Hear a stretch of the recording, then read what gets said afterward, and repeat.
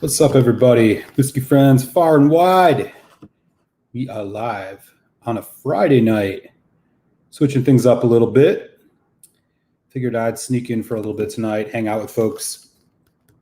Since I didn't see y'all earlier this week, or last week for that matter, it's been a little while. Hope everybody's doing well. See what's going on. Weekend's coming, which is great. I'm ready for that. Got myself a little bit of a, this is Maker's Mark Cask Strength. They do a couple different batches. Not a big weeded bourbon fan, but it was here and it was cheap. So I grabbed it. You know, what about y'all? Anybody having a sip? What's cracking this weekend? Get at me. So we got 4 folks in the chat already, which is great. Let me get at that in a second. And a little bit, I'm going to tell you about incredible deal I ran into today, which is going to get cracked open, I don't know, maybe 30 minutes or something. So we'll talk a little bit about that. You know, sometimes you just run into something and you can't say no. This is one of those times. So I'll check it out with everybody when we get into things. But I got nowhere to go. Let's take it easy. Let's see who's in the chat. Greg. Hey, appreciate the early timing tonight. Yeah, a little bit earlier than normal, right? How's everything in France? Tamika Ivy. I don't know if we've met before. What's up, Tamika? What's up, whiskey people? She's saying. Greg's saying hi to Tamika from France. She said, Greg, I just found this. I like bourbon and gin and getting my drink on tonight. Nice. Good deal. It's Friday, right? Greg, gorgeous nickname, by the way, at Tamika, almost a gothic rock band leader's name, I have to say. Yeah. Let's get back to him. Okay. Ain't you sweet? Don't know about gothic. Okay. It's like Tamika's coming to us from Chicago. What's up in Chicago? One of my favorite cities. I'm a Midwest boy. I'm from Milwaukee by birth. Don't live there anymore, but back there frequently. Hope everything's well in Chicago. Thanks for swinging in. All right. What else is going on? Greg and Tamika chatting a little bit. Recently opened some Fuse Spirits Rye. Okay. Speaking of Chicago, they are out of Evanston, if I'm not mistaken. Just to the north suburbs of the Windy City. It's got a little flair to it. I'll tell you a little bit about this. I don't know if any of y'all have ever had this Maker's Mark, the Cask Strength version. I don't really love Maker's Mark. I don't really love weeded bourbon, as I was saying, but this ain't bad. It's got some spice, which is what I usually miss in weeded bourbon. All right. Juan, what's up? How are things in Hawaii? Must be early for you out on the islands. What is it, like 1 PM, something like that? What you got going on this weekend, buddy? Greg's saying, greener than I remember in the whiskey show. I tasted it. Need to open some up, I think. Oh, you're talking about that Few Rye? They do a bunch of stuff there. They had a Flaming Lips themed gin or whiskey that they put out. I always wanted to try that.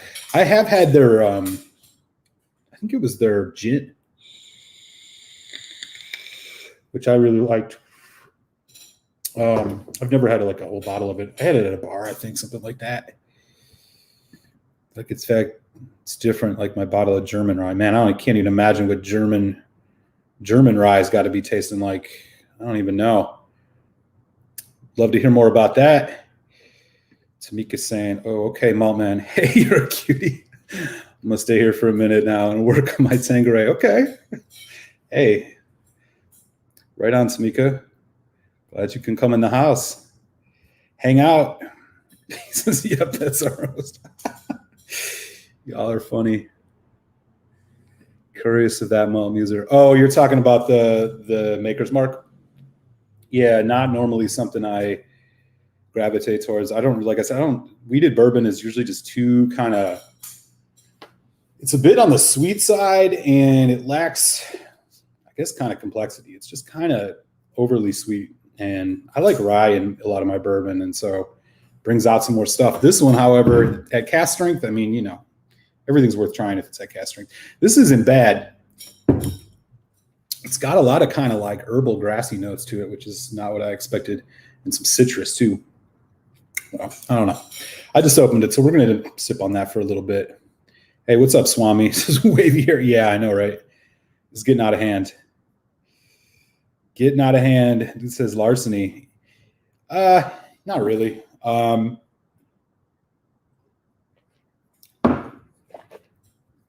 So interesting thing about larceny, they're going the same route. I mean, they're out of Heaven Hill, right? So they're doing the same thing as with that now as they did with the Elijah Craigs, where they're putting out these barrel proofs. And the barrel proofs are like, they're doing 3 batches annually, something like that. I had the first one. It wasn't bad. I don't know. I don't really care about that or Weller or any of that stuff. It's just not really my jam. Hey, what's up, Emily Chambers? What's going on in Florida? Happy Friday. Hope you're kicking back with a drink. East Coast time. Heading into the weekend pretty soon here, right? It's already weekend for you. Thanks for swinging through. Yeah, definitely respectable. I got no complaints about this at all. Bear in mind the German and Dutch brought the culture of yeah. Fair enough. I'll pay my respects to the old world.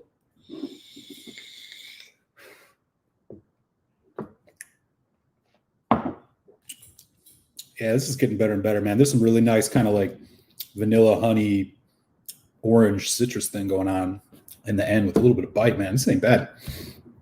And it was cheap too. It was like $30. This was like $30 for a 750 mil. The regular Maker's Mark's at like 22, 23. I was like, man, I thought this was going to be much more pricey, but we're good. He says Maker's Mark's great. You lack complexity. That's the one thing I normally don't hear, is that I lack complexity. Appreciate you, Swami. Keep me on my toes, brother.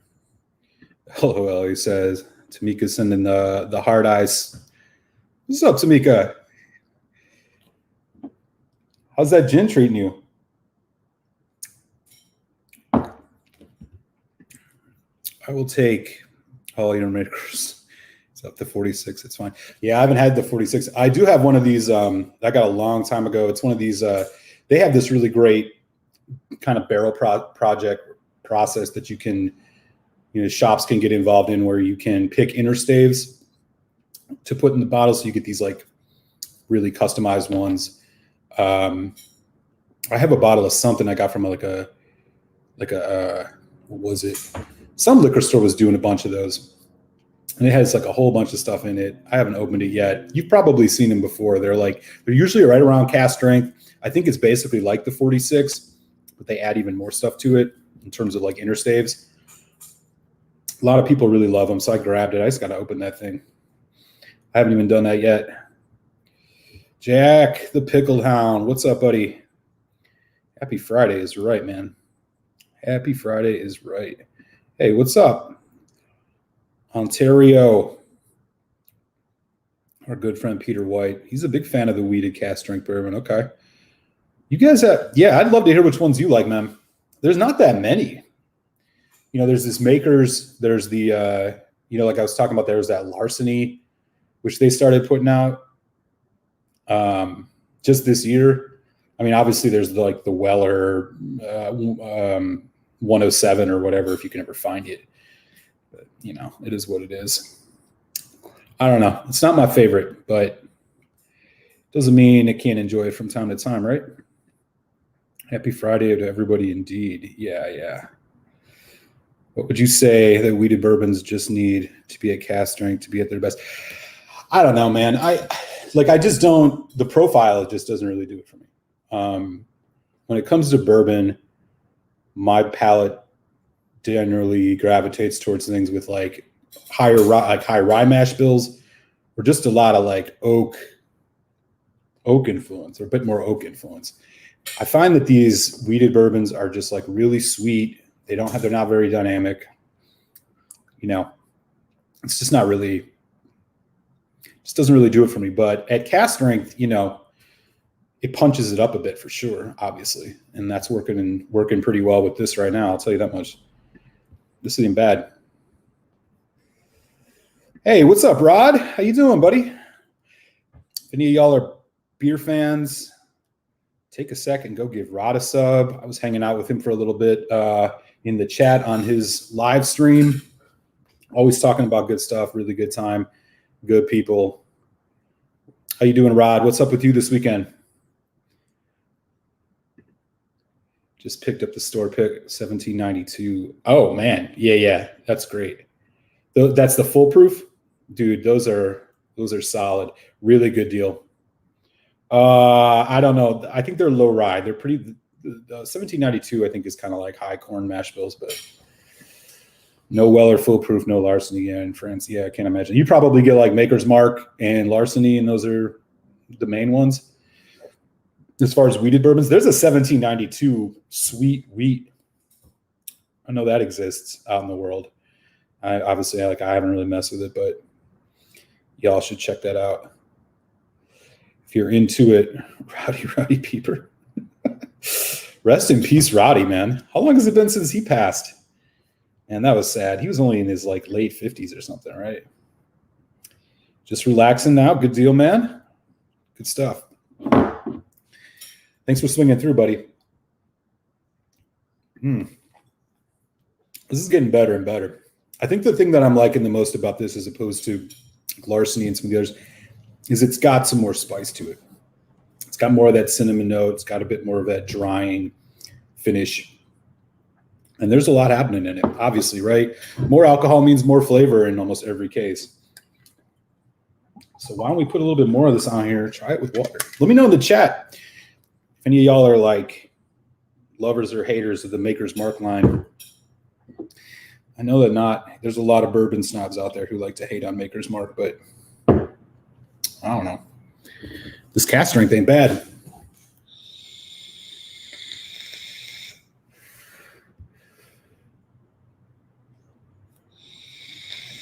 Let's see what else is going on.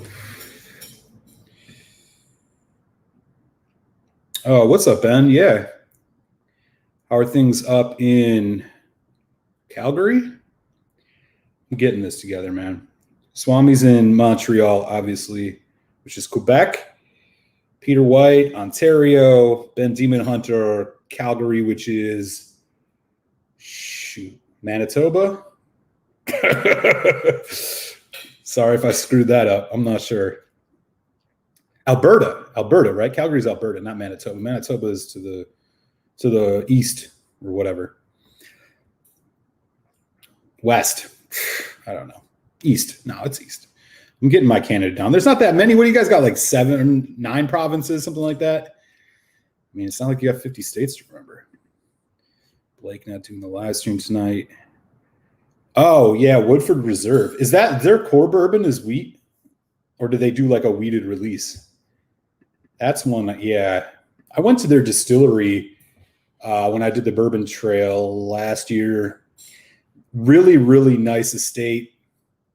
But they didn't have a lot as far as bourbons to take home. They had their Double Oak, which is pretty good. They had the standard one. And then they had like their Kentucky Derby release one that they put out every year, which is basically, I think, just their regular Woodford Reserve bourbon, but they have like a different artistic label on it, to try to make it some type of collector's thing. So like the estate was really awesome. It was like up in this really beautiful area, lots of like rolling hills, and they had, horses and all of this stuff, like really kind of bougie, but it was fun to hang out there. But they didn't have much in terms of the, bottles you could buy. But that was honestly the case in a lot of the distilleries. I mean, they just don't have a lot of interesting stuff that you can buy there that you can't get anywhere else. But Woodford Reserve had even less. At least over at like Wild Turkey, they had some, Eddie Russell picks, and there were a couple other, like Four Roses had some of their barrel proof picks, stuff like that. At least they had that going on. But yeah, Woodford didn't have much of anything. I'd still recommend going to check it out though, just because it's a really beautiful area. If you ever are in that area doing the Bourbon Trail. What else is going on? Folks saying hi. Love it or hate it. I think makers held space for mid-range bourbon. Yeah, totally.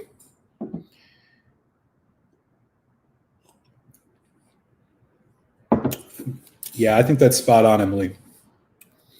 They were kind of around doing the little bit of the higher end stuff kind of before the whole like bourbon boom 10 years ago or whatever.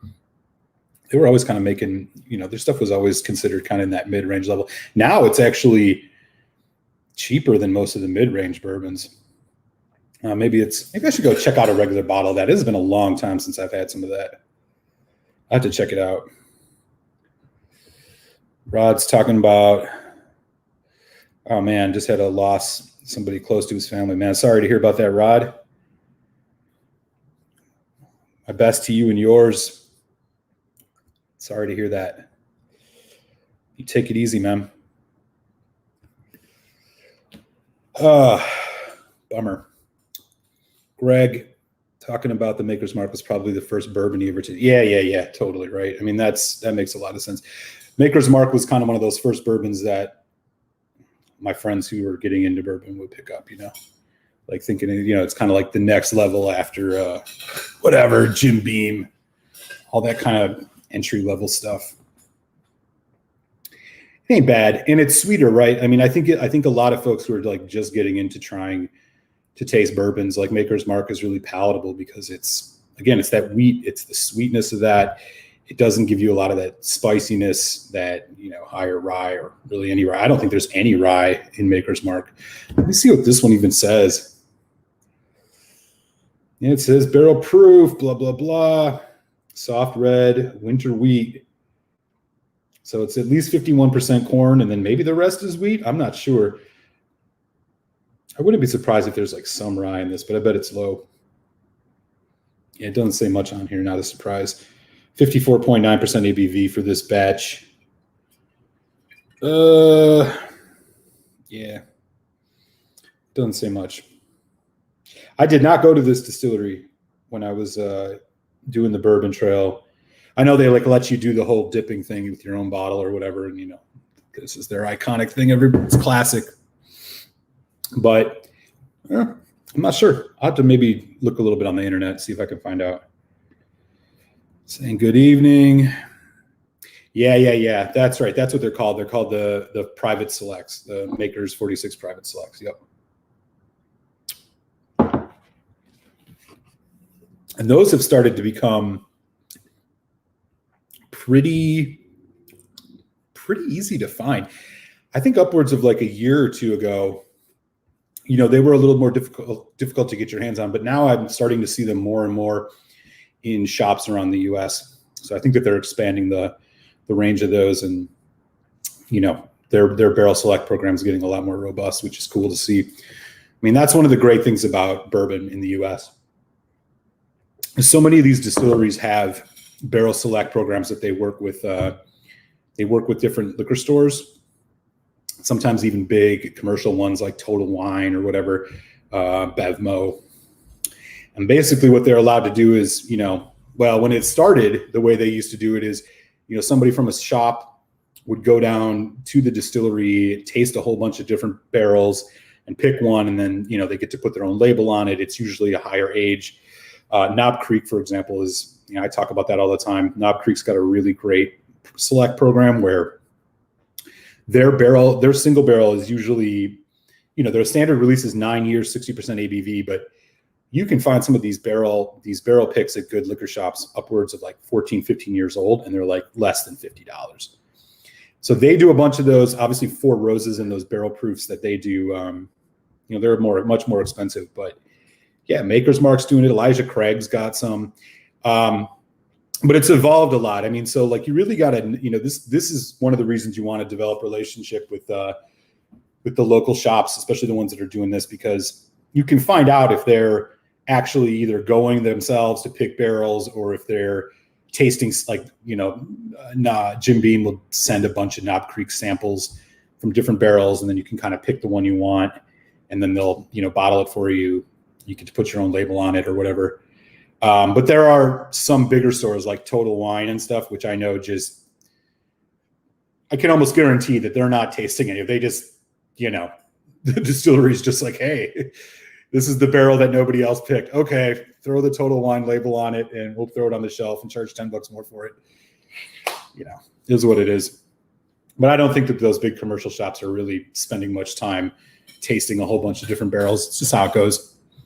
But it's still cool that it's even an option, and I think it's one of the unique things you get out of the American bourbon industry. I'm sure there's probably some equivalent like this with Scotch maybe, or maybe even Canadian whiskey. Some of our Canadian friends might know if that's something that y'all do, or you find like any of the provincial liquor stores sell like specific barrels that they picked or something like that. It's much rarer in the US with Scotch. That's for sure. But we find them every once in a while.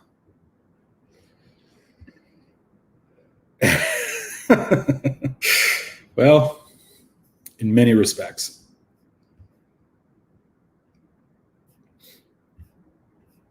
What else is going on?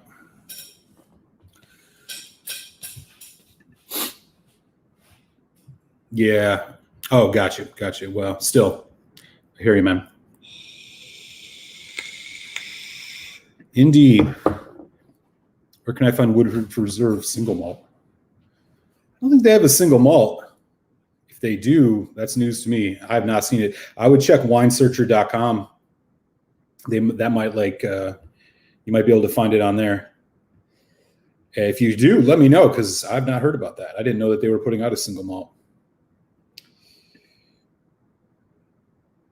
Oh, they do? Okay, well, there you go. Greg knows what's up. I didn't know they did a malt. It's crazy. Woodford is another one, like Emily was saying earlier about Maker's Mark kind of being that quintessential mid-shelf bourbon, kind of prior to the whole bourbon boom. Woodford Reserve was another one of those. That was the one that was in that like $30, $35 range. Their rye and their regular bourbon were always considered kind of like, an upgrade. I liked the double oaked one quite a bit. The regular bourbon it's okay. Not really one of my favorites, but their rye is tasty. Not always easy to find, which is strange considering it's just like a core range release, but Yeah, Rod, you do. If you do, you should let me know, man. That would be fun. I'm not super far from Kentucky. But yeah, let me know if you ever decide to do it. I can at least give you some recommendations on places I went that I think are worth swinging by. I mean, it's an interesting experience. It's a lot of driving, because most like these distilleries are scattered all around like the western part of Kentucky for the most part. So you're like, you're going to spend an hour driving to Bardstown from wherever you are, or Frankfurt, Louisville, whatever. But it's a lot of fun. You get to try a lot of stuff. And I definitely recommend doing Buffalo Trace. That was probably the best tour I did. I did Willet as well, which was also a lot of fun. I'd check both of those out. Oh, you're already in Kentucky. That's right. Well, it depends where you're at. I mean, come on, man. I mean, I get it though. It's like when it's in your backyard, you can do it anytime. So you never actually make the commitment because you think you could just go when you want. I totally understand that. Put in for the LCBO lottery, E.H. Taylor 18. Oh, wow. Only 111 Canadian. Damn, man. If you get that, you might just want to sell it because you can make some serious money on that one. No doubt. Everybody's going to be looking for that. Legal massage parlors. Swami. Too funny, man. So that's what I always said, man. When I used to like see this when I was just, casually shopping, you'd get like the cask strength would be like the 375 milliliters. So like the half bottle US, and it was like $45. Man, I'm telling you, this is a 750 mil. This is for like, what was it with tax? $31.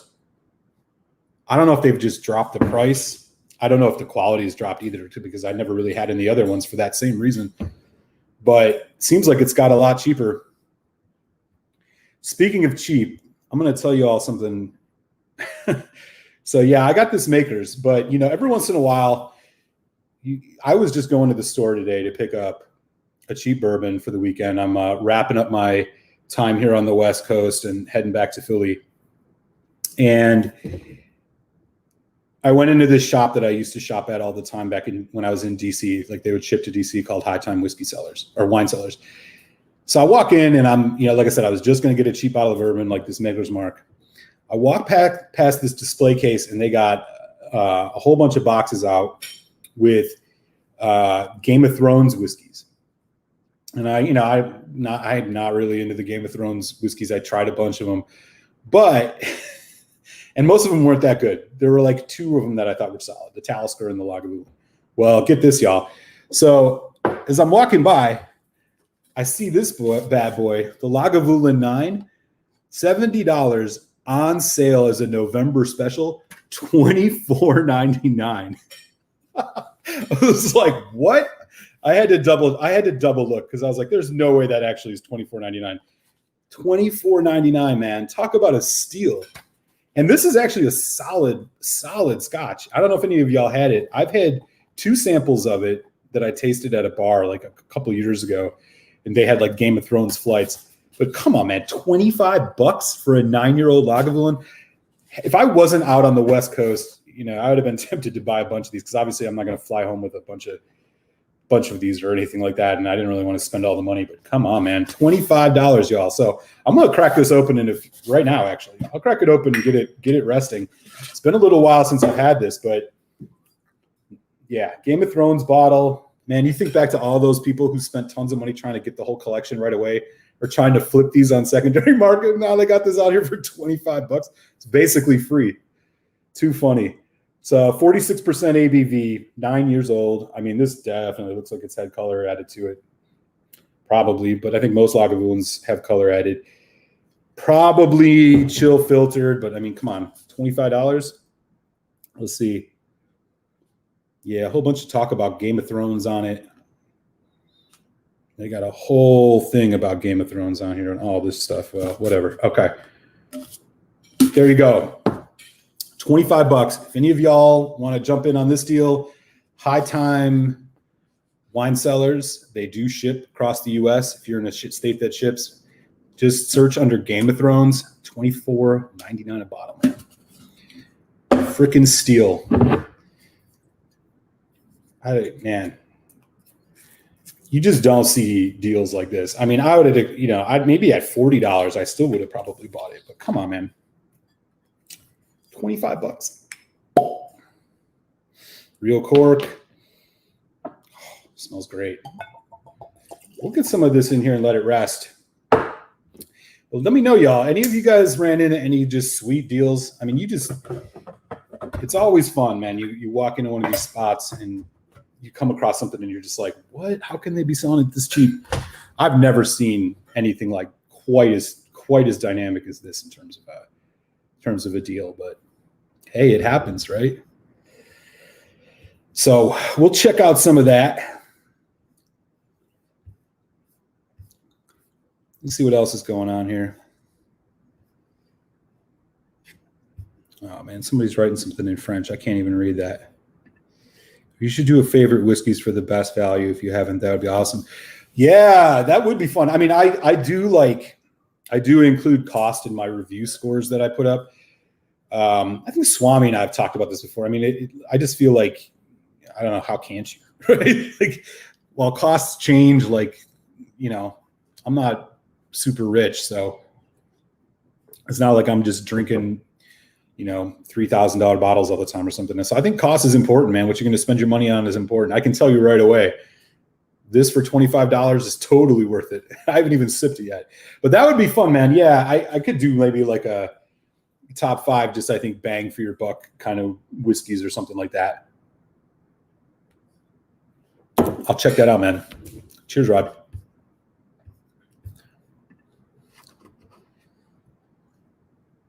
How does your imitation Pall Mall non-filtered straight match up with the Maker's Mark? I don't know. Let's check it out.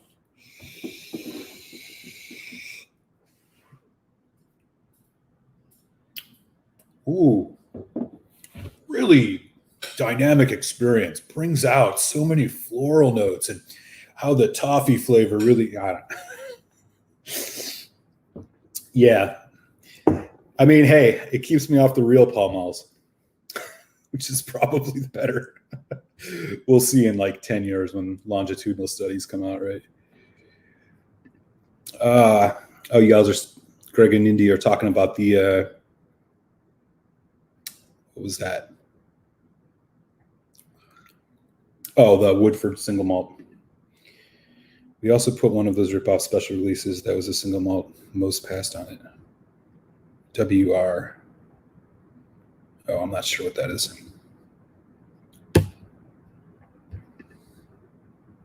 Yeah, for sure, Rod. Definitely, man.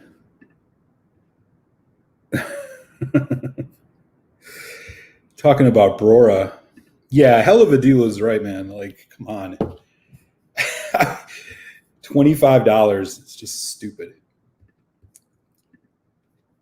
I put a picture of it on Instagram because I was just like, what the hell is this?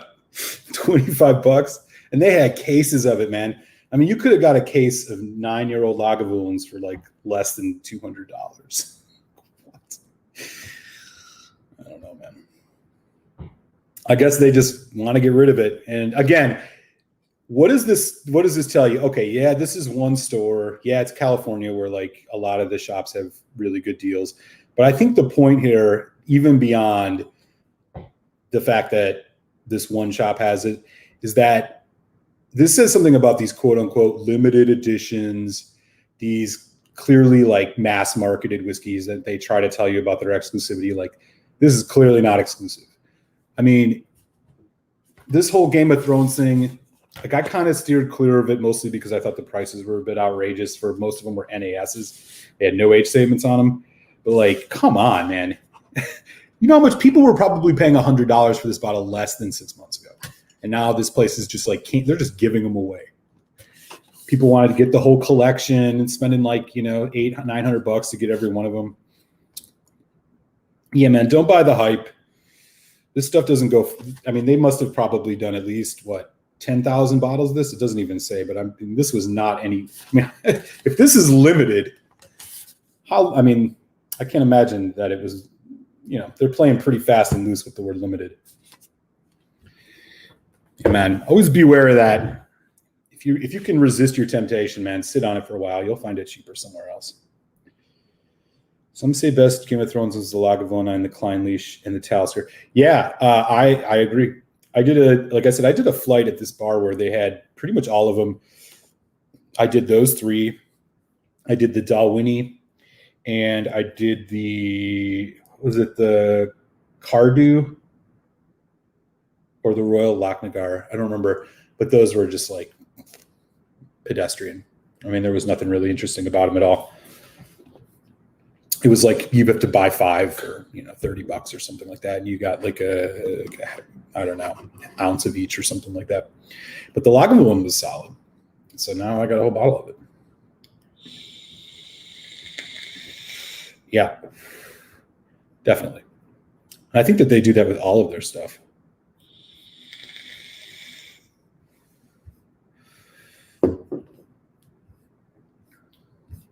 I'm really far behind on this chat, y'all. Let me try to catch up.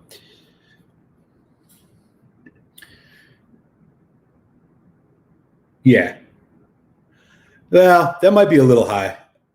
But, I mean, like the tornado one that's supposedly from that warehouse that got destroyed by the tornado, that one's like up in the $2K range on some of the Facebook groups for secondary market. I bet you'd easily get $1,000 for it, US, easily.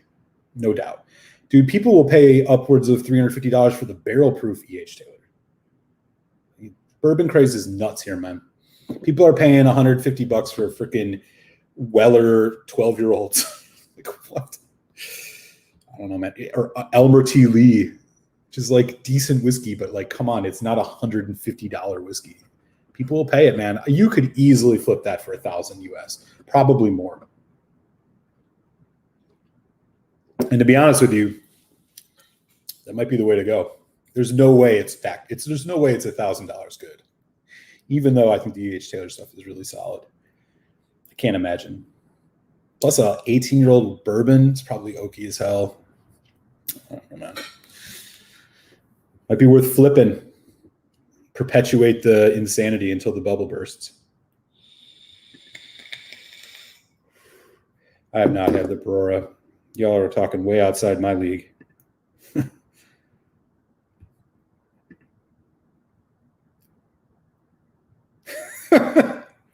Yeah, what kind were they? Adderall? Ritalin? Did you chop them up and hit the slopes or what? Hey, Donner Pass, what's going on, buddy?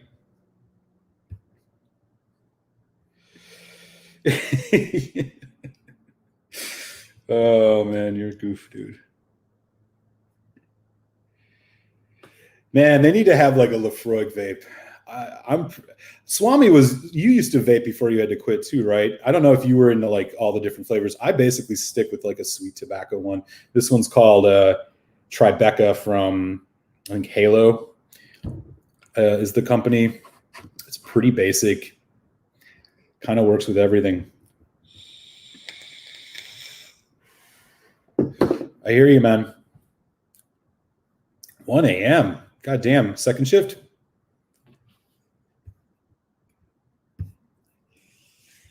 It's a long night, brother. Probably smart to stay off the whiskey. I'm waiting for New Mutants to lineup. White Walker. Yeah. So when I was telling you about that, like the Game of Thrones, when all that shit came out, and they had this tasting, they had the White Walker too. You could pick the White Walker along with the like Diageo other releases from the single malts, and they had it cold too. Like there were no pretenses at all. They literally had it in the like freezer with the sodas and the beer. There was just a bottle of White Walker in the fridge. It's like, oh my God. Of course I tried it. It was hot garbage. Like they actually encourage you to drink it cold. Like the bottle changed colors and all that. I mean, y'all know that, but yeah, it's ridiculous. Yeah, exactly. Donner, I don't know if you were here for it, but yeah, I found a bottle of this Lagavulin 9 today in Costa Mesa, California for $24.99. Stupid. Yeah, I mean it's good. I like the 107 too, but you know the Weller full proofs. I see those on secondary market going for like $500-$600. Like, are you kidding me? Who would pay that much for that? Oh man, people got too much money. Something. All right, y'all.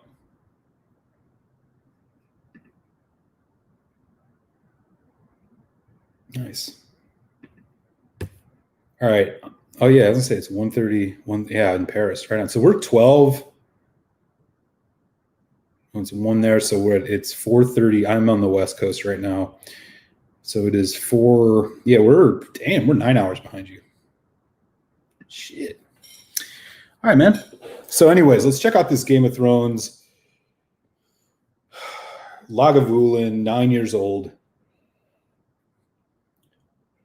This is, again, 46%, which is either trying to compensate for crappy casks or an even better deal. Something tells me that that's the case. I'm guessing it's going to be all ex-bourbon. I could tell off the nose. It smells very much like bourbon. Yeah, it doesn't tell you nothing because, of course, the people that are probably running out and buying this don't really care. Pretty cool looking bottle, though, I got to say. Or the tube, at least. They got pretty great artwork. Whole bunch of stuff on here about Game of Thrones. Anyways. Oh, yeah. It's pretty nice on the nose. Chimney soot, that road tar, kind of seaweed Lagavulin thing going on. A lot of bourbon notes. Sweet. Caramel kind of thing. Vanilla. Some like lemon. I'll tell you, it smells much more barrel influenced than the 8-year-old Lagavulin, which I found to be like much more spirity on the nose. More, I don't know if I want to say intense, but edgier. And there's some really nice fruit notes in this. Orange, not bad. Let's give it a taste.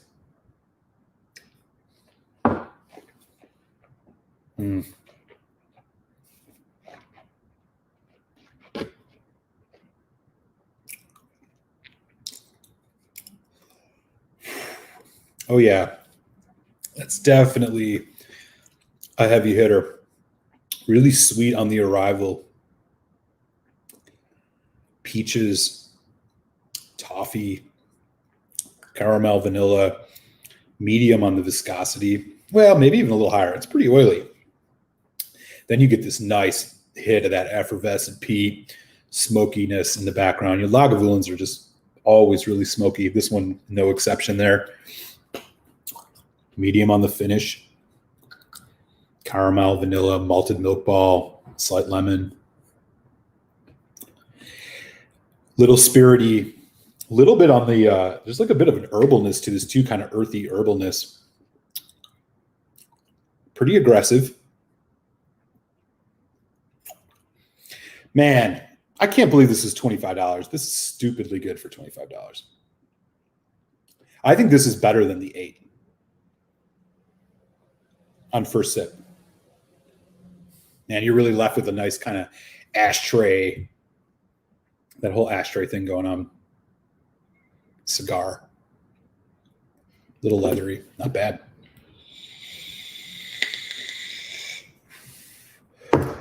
Yeah, this is solid. One sec. Let me know in the chat if any of y'all have had this and what you thought about it. I can't quite say this is upwards of like as good as the 16. I think the 16 just has a bit more roundedness, but I think this is really solid. Smoky as hell. And it has that characteristic Lagavulin. Like, I think out of Lagavulins, one of the things that I noticed out of them compared to some of the other like heavily peated Isle scotches is they have this kind of, it's almost like a fermented note, like seaweed. Like, I just don't quite get it out of others. And it's coming through here pretty well.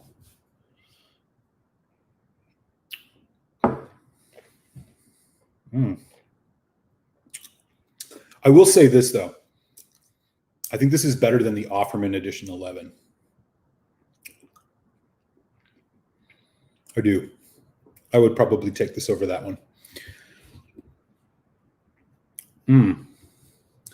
Ben Demon Hunter says 9 greater than the 16. Ooh, I don't know about that. It's been a while since I've had that 16, so I can't tell you for sure, but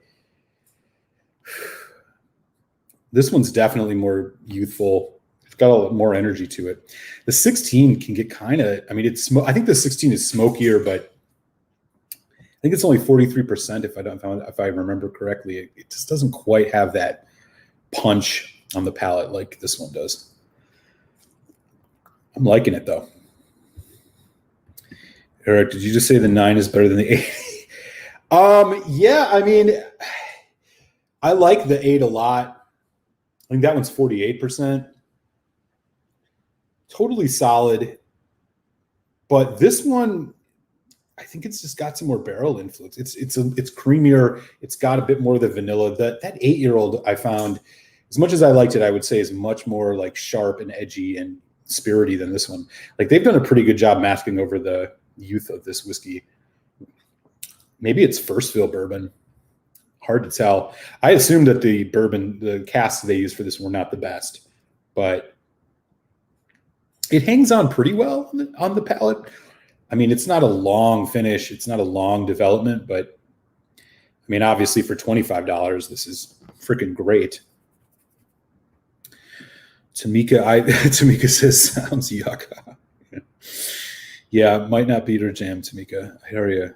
I think they say only like 10% of people who try peated whiskey a few times actually end up liking it. So you're in the majority on that. Better than the 8. The 8 retails around. Holy shit, that's expensive. Wow. It's different than the 8 for all the reasons I was kind of just saying. And I suppose better is maybe subjective. It's been a while since I've had the 8, but I got to say, having only had this once or twice, it's pretty impressive. Now, the regular price on this at this place was $70. I mean, at that, I'm automatically thinking Ardbeg 10, Ugadal, quarter cask Lafroig, Kalila 12. But for the price, yeah. Man, there are some really nice kind of peach apricot notes in this. And honey.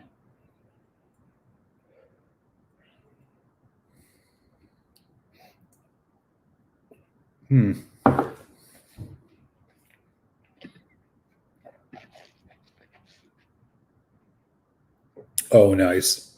Yeah, 12 cask strength. Yeah, you can never go wrong with those.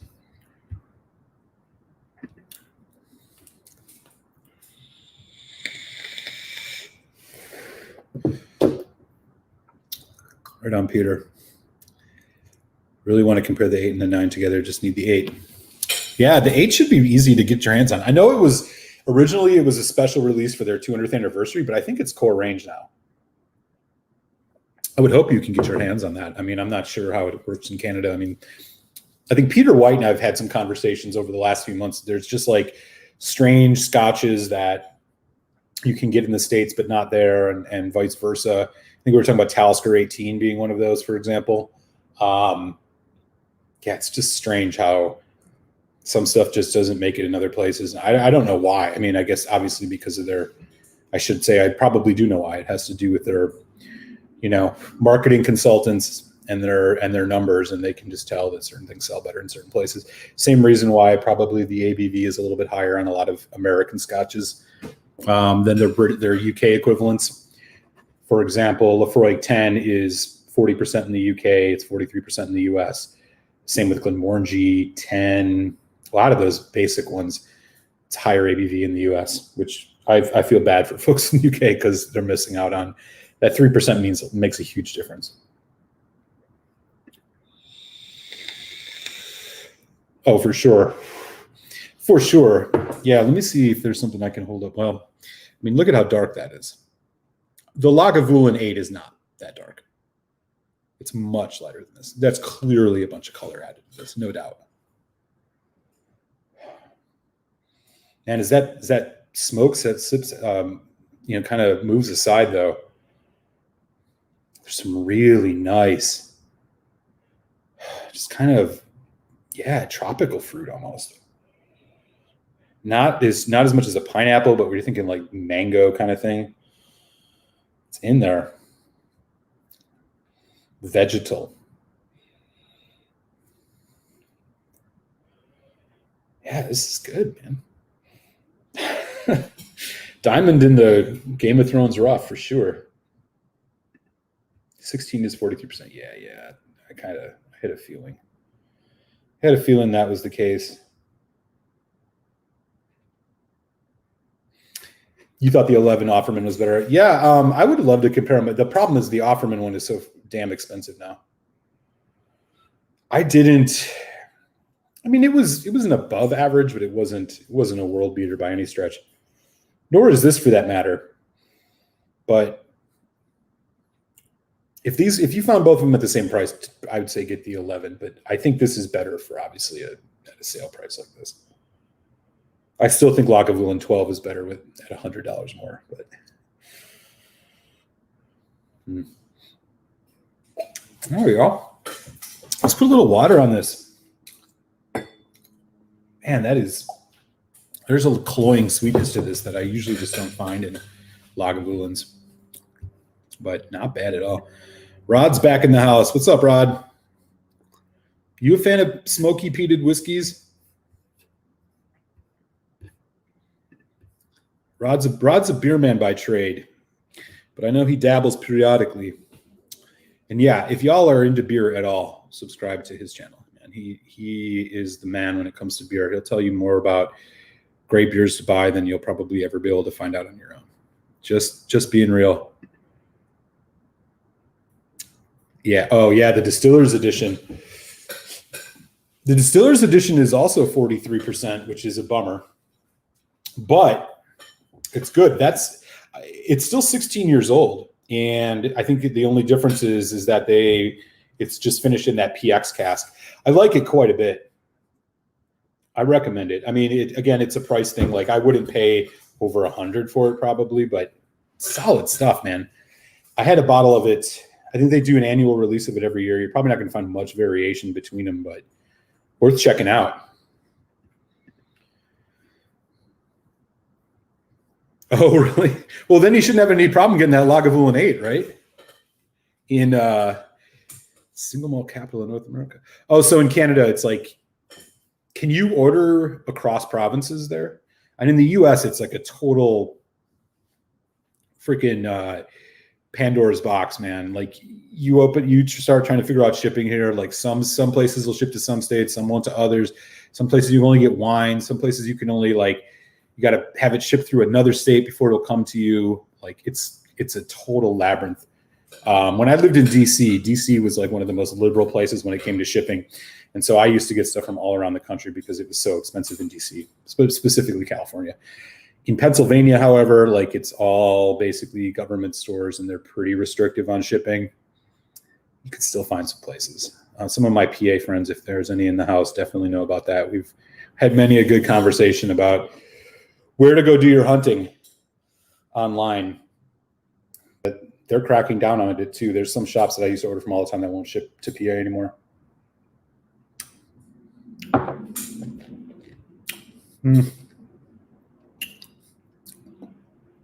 Really nice balance to this. Hey, I'll give Lagavulin and Diageo credit for this one. They could have very easily just done some NAS, a Talisker Storm version of the Lagavulin 8, and people would have still bought it at the same level. But this is not a bad whiskey by any stretch. In fact, I'd be as inclined to say it's actually, like I said, I think I might like this a little bit more than the 8 even, and comparable with the 11. I don't think it's clearly not the Lagavulin 12. And I still think the 16 is better, but yeah, right on. I'm going to enjoy this I'm not going to be able to enjoy this entire bottle, that's for sure, because I'm out of here pretty quick, but heading back home to Philly.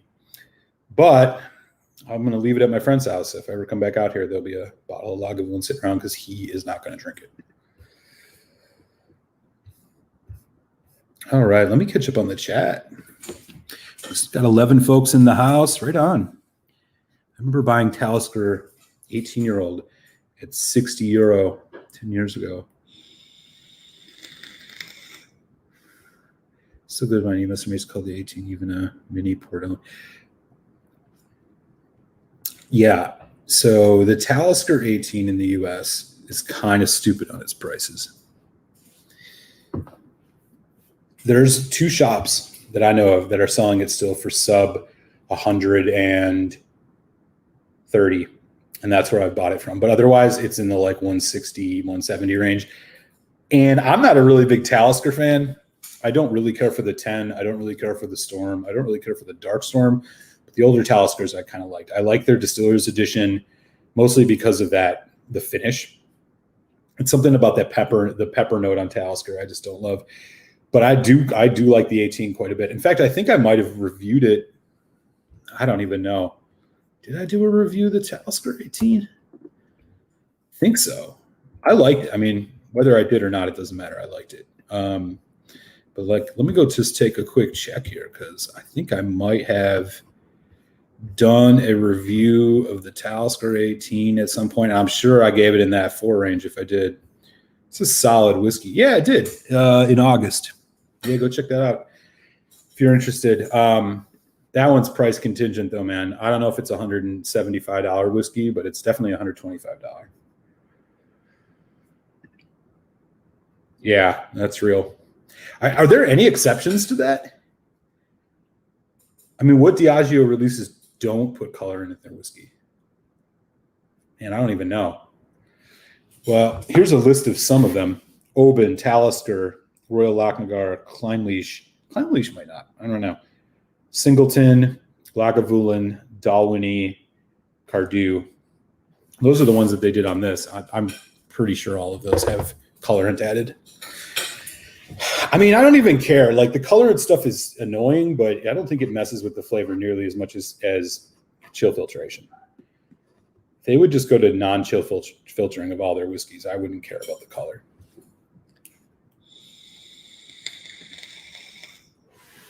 Yeah, shelter points. Quig will give you the guide on the shelter points. There's a lot of good Canadian whiskey. In fact, I'm going to be getting a couple samples of some more good Canadian whiskey soon from our good friend, the Food Quig. Looking forward to those. I'll probably do a live tasting of those because, man, you can't find decent Canadian whiskey in the U.S. really anywhere.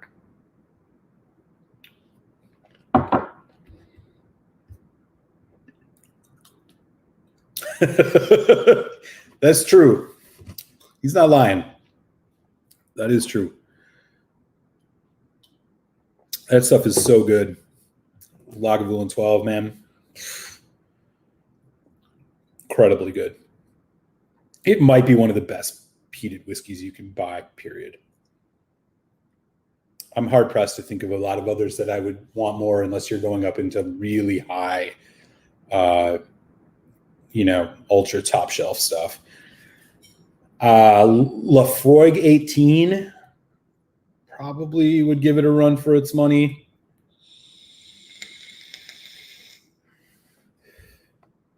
Lafroig 10 cast strength obviously is freaking amazing, but I don't know if it's as good as the Lag 12. Yeah, I would get anyone you can ever find is worth it. I believe that. I like it, but it does taste very, what's the word we want to use? It tastes very engineered.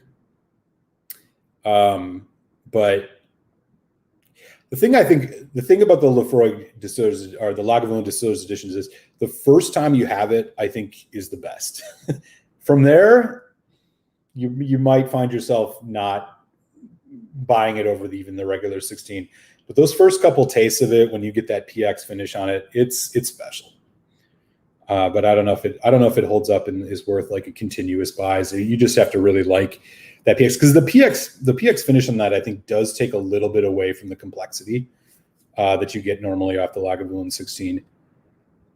It's just very sweet and fruity, and it kind of masks over some of that, especially on the finish. The finish is where you notice it the most.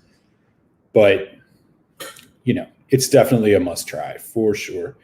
Fisk, what's up, buddy? Long time no see, man. Salancha, how you doing? Hope you're well, buddy. Hope you and yours are doing well. Happy Thanksgiving week. Great to see you in the house, man. Super cool. Sipping anything tonight? Yeah, that makes sense. Man, I'm so far behind in this chat. Ooh, 2014? Get after it. Get after it, brother. Wow, yeah.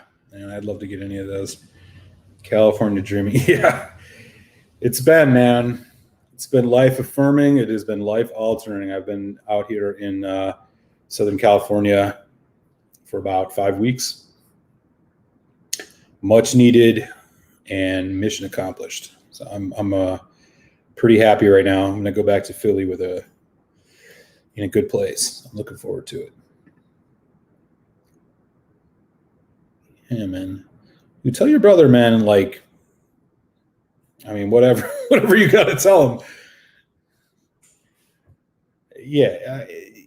I mean, here's the thing, right? Like start with some of the other Lagavulins. Why not, right? You know, like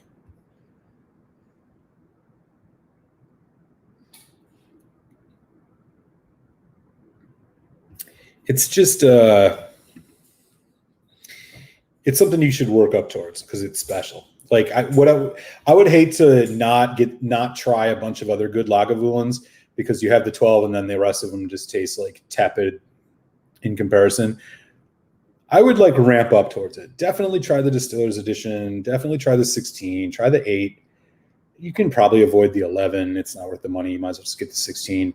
This 9 is solid, but you know, I wouldn't pay the price that's probably going to be. I don't think you're going to find it for $25 like I did. So I would probably just, you know, ramp up because then you'll get to enjoy all the other ones. Because once you have the 12, I'll be real, it is really hard to go back, especially probably to the 16. I'm going to be we're going to do a Lagavulin tasting, Telex and I, probably in a couple weeks. And my big fear is just that, like, after having so many of the distillers or the 12-year-olds, going back to the 16, it's just going to be ruined for me forever. So take your time with those. Yeah, $130. You're not going to find it cheaper than that. If you got it and you love that peated stuff, I'd pull the plug, or I'd pull the trigger on that. Yeah, I've not had the 25. I've heard it's very, very like batch variation is really high on those. Man, there's this damn fly in here. I'm going to snap. This thing keeps bothering me. Exceptions here are sometimes some of the special. Are you talking about Lagavulin? Yeah, I mean, but they're so hard to find in the U.S. Like those Ficio releases, those Jazz releases. I mean, good luck finding any of those in the United States. Unless you can get them shipped to you from overseas, like just put them out of your mind because they ain't gonna happen. Craig and Moore 12 Castering, Talisker 15. Oh, are you talking about Diageo? Oh, I'm sorry. Oh, you're talking about like the flora fauna stuff?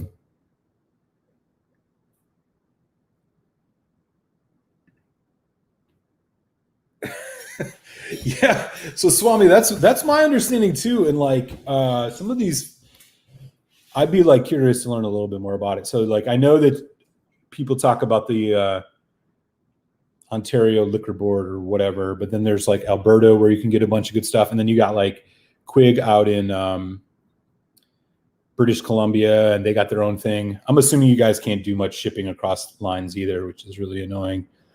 I know how it goes when it comes to that with this in the States too. It's very similar. BC and Calgary, the Canadian quality was good. Okay.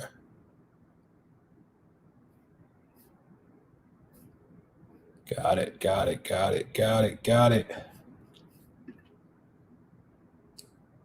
Craigenmore 12 peated. I didn't even know that existed. That's another one I don't think you find in the States too well. Anybody in the U.S. ever seen that? Craigenmore 12 peated? Damn. Huh. And was that like a Diageo Flora and Fauna release, or was it just, is that something they just release all the time and we don't know about it because we can't get it here? I wouldn't be surprised. Speaking of not surprising, I'm going to drink a little bit more of this Game of Thrones Lagavulin 9-year-old. $24.99. Come on. What a deal. Yeah, there's so much E150A in this, but I don't even care. It's pretty damn delicious. Still can't believe that was $25. Got you, you bastard. Anyways.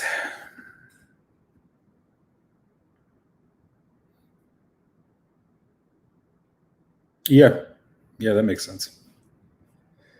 Got some motorcycle chat going on with Fisk and the Swam.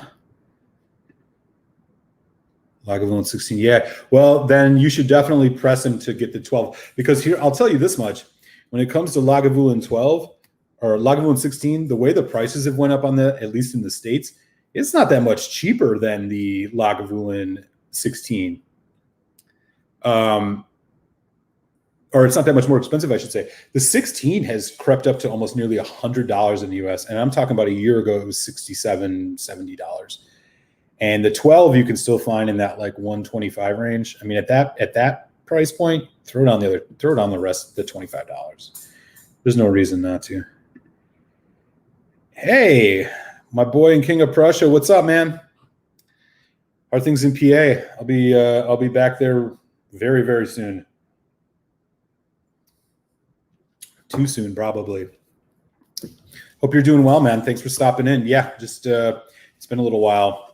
Been having some other priorities, so I haven't been able to do as much live streaming as of late. So I figured end of the week, I'm getting ready to head on home. So I should, figured out I'd stop in and see what everybody's up to. We got 15 folks on tonight too, so it's great, man. Thanks for everybody for hanging out as always. A lot of good chat going on around Lagavulins and Diageo releases. Diageo 2019 release not released in the US. Yeah. Okay. Well, there you go. So you're trying to tell me that there is a Cragganmore.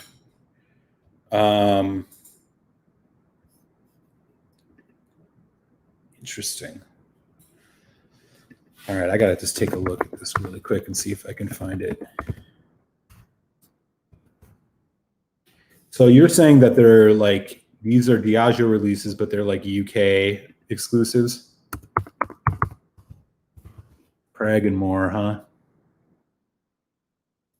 Oh, I should probably spell it right. I'm curious now because that sounds really damn good.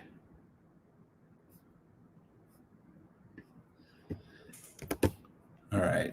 Pardon me for a second while I check some of my little website here. Oh, shit. Yeah. So I see a 2019 release, 12 years old, $75.95, excluding VAT. And then there is a 20-year-old special release, 2020, 55.8% for 119 pounds, excluding VAT.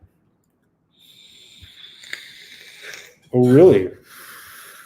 Let me bookmark that real quick. Okay, so yeah, I do see this 12-year-old.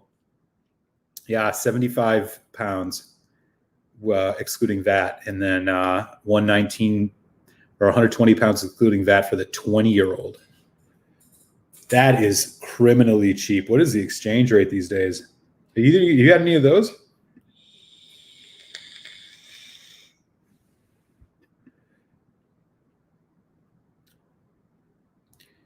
Damn, really? They don't even have them available?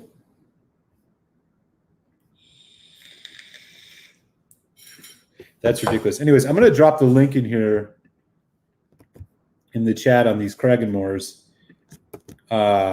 Y'all, this might be worth checking out. So this is a place that is a go-to for me for international UK shipping. If I ever want to find something I can't get in the US. Like I said, there's a 20-year-old Cragganmore, 100. Oh, damn, it's out of stock. The 20-year-old's out of stock. Shoot. Oh, man, way to make that obvious, you guys. Jesus. This website's kind of whack. But that 12-year-old looks like it's available. No, that one's out of stock too. So don't even bother clicking that site, y'all, because you can't get either of them. I'll just, yeah, bummer. Well, nonetheless, when they're back in stock, that's the place to check.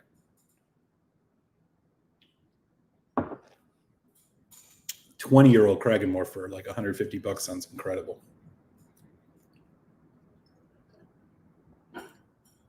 Anyways, hope everybody's Friday is going good so far. We got 14 folks in the chat, which is righteous, man. Thanks everybody for swinging through. Good to hang out for a little bit. I know I've been a little bit MIA of late, but always fun to hang out.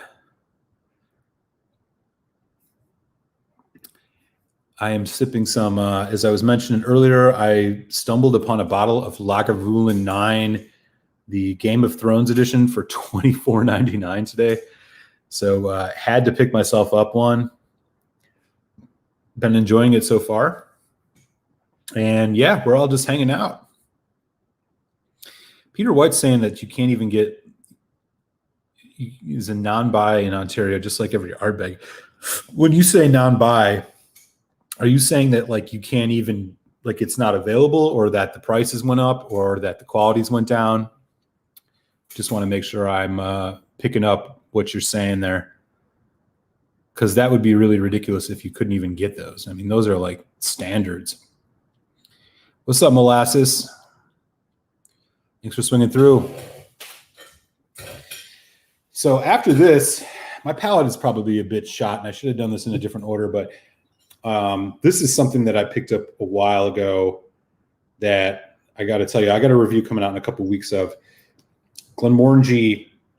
It's from their Barrel Select release series. This is the first one they've done. They're doing these quote unquote small batch releases. It's a 12 years old, non-chill filtered Malaga cask finish, 4-year Malaga cask finish on these, 47.3% ABV. Malaga cask is not, the only other Malaga cask whiskey or finished whiskey I've ever had is Yellow Spot. So the fact that there was a Scotch readily available that had this, totally good. Malaga cask is basically a Spanish fortified wine. It's like Muscatel and PX kind of fused together.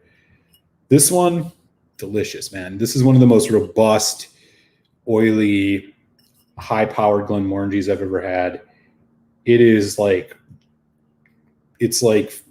fruit compote jam. Amazing flavor. I gave it a really nice score. My review will come out on this in I think 2 weeks. But yeah, this just dropped. This dropped literally, I think, the same day that the Taste of Cake came out, which is the one everybody is going crazy about.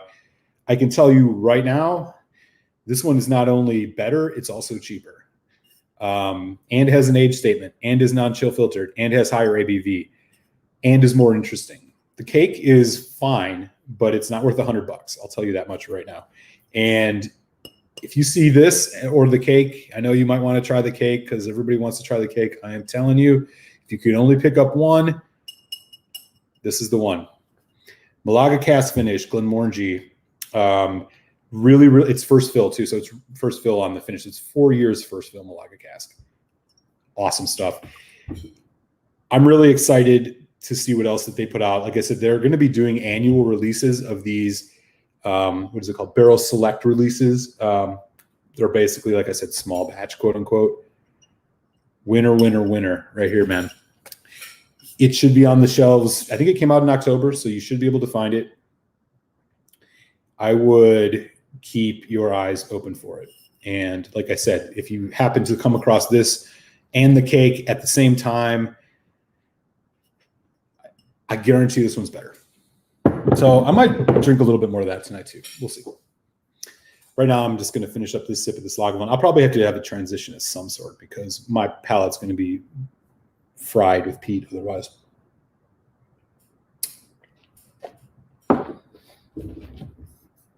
Anyways.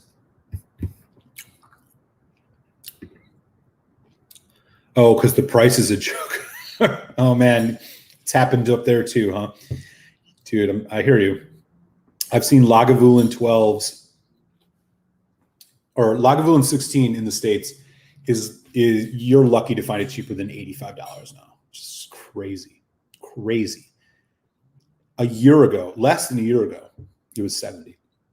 And I've seen it in a lot of shops, it's $100. My God. There is just no way I would pay $100 for Lagavulin 16 these days. It's crazy. Yes. Yes. Greg, if you can't find this, oh man, I wish maybe I can bottle up one more sample of this. This is great, man. You got to try this. I would hope that, I don't think this is like exclusive to the States or anything like that. So you should probably be able to find it in France, if not now, eventually. I don't know if there's any websites you can search for this kind of stuff on, but Yeah, it literally, it came out and it flew under the radar because everybody was paying attention to the taste of cake.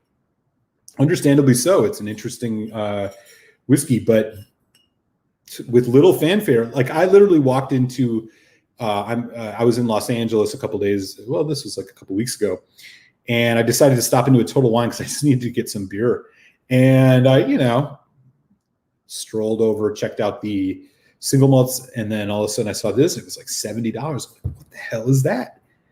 And yeah, it's first fill Malaga wine cask. It is, I looked online, it's 4 years on the finish for the first fill. 12 years old, non-chill filtered, 47.3%. And apparently this is like a whole thing Glenmorangie's doing. They're going to be doing a whole bunch of these barrel selects where they're going to be putting out stuff that's, higher ABV, hopefully always non-chill filtered.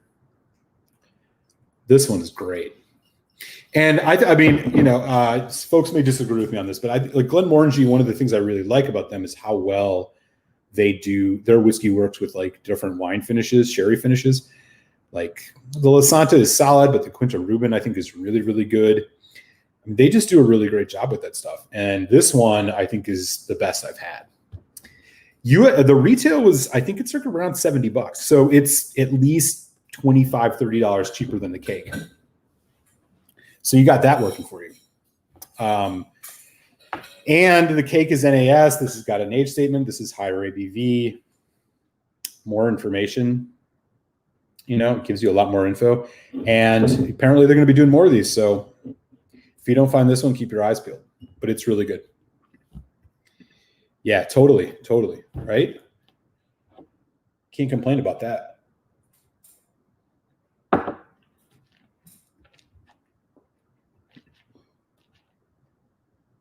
Okay, so you get your stuff like shipped to you. Is that just because Ontario just doesn't have good prices or good selection, something like that?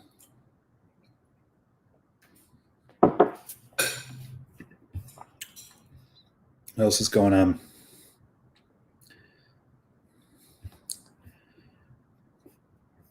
Oh, I'm really far behind again. No, not travel retail.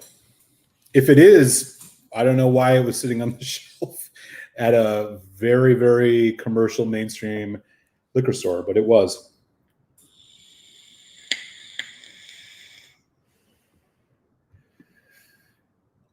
Yeah, I'm not sure where you're at, Molasses, but I hadn't seen it. I hadn't even heard about it.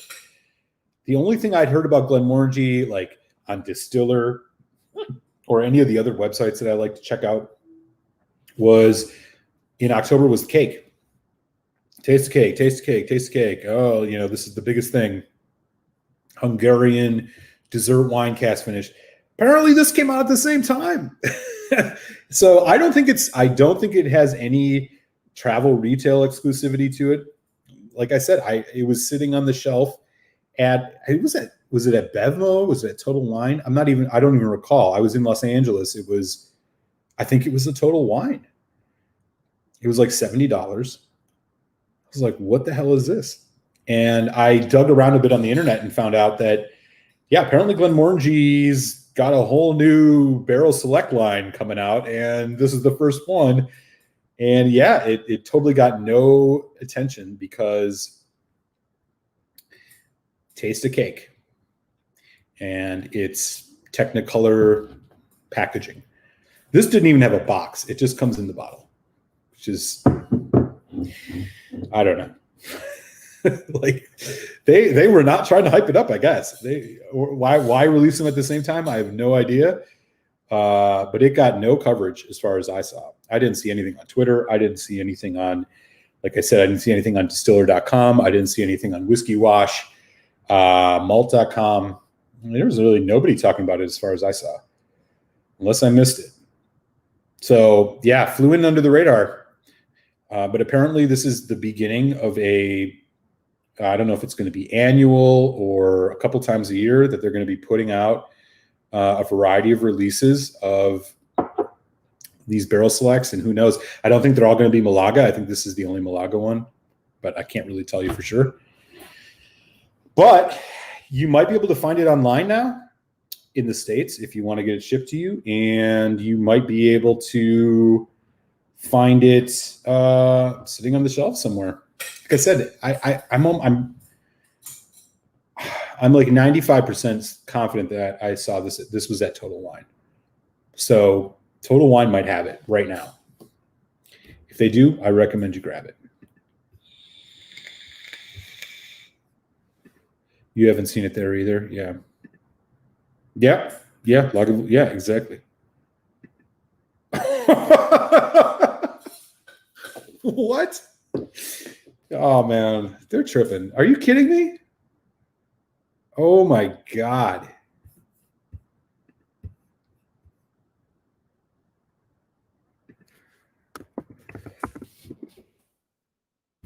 That's crazy.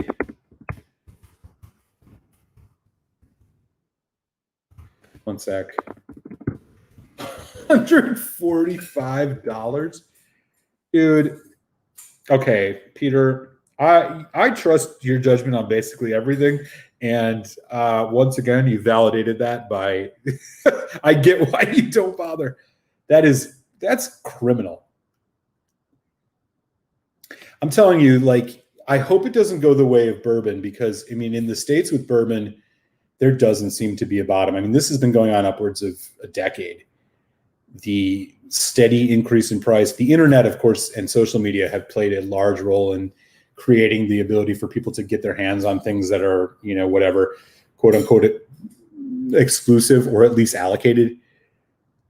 My God, that's $150. You'll never drink that again, bro, and you'll be happy about it, because why would you? What a joke. I mean, even at 90, as Molasses was saying, I've seen it 100. I've seen 100 in South Jersey, in Philly. I saw it here in Southern California for 100. Even a place where you can get a lot of things for really good prices. $100 for a Lagavulin 16. Forget that. Hard pass. Yeah. Oh. Yeah, man, just save your pennies for a couple more weeks and get the Ardbeg 19. I mean, are you kidding me? God, that is criminal. Who's buying that? 105. So that's Canadian. I don't know what the U.S. to Canadian exchange rate is. Let me just take a quick look here. Oh, so it's $1 U.S. is $1.31 Canadian. So like, at 105, that's $80 US. Okay, I mean, that's borderline, Ben. $80 is still kind of borderline acceptable for it. I mean, like I said, it was like 70 or something last year. I can justify that. But as he was saying, 145, I mean, that's $110 US for a Lagavulin 16. Yo, Peter. Yeah, man. I feel you, man. That's stupid. That is stupid. Don't even bother. But you already know that. I see some German online shops that have some of this Glenmoe for around 75, 80 euro. But alas, they don't ship outside Germany. Oh, you're talking about this, the Malaga cask? Speaking of, I only have one Glencairn here. Give me just a sec, y'all. I got to get some more water and clean this out before I drink some of that Malaga.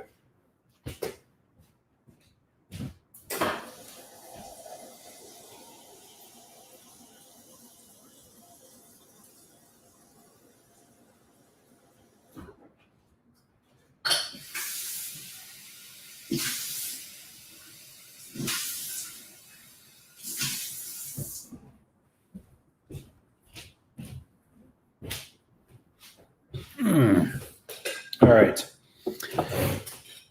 Like I said, I'm going to have a review of this out in a couple of weeks. Spoiler alert, I highly recommend you pick it up if you see it.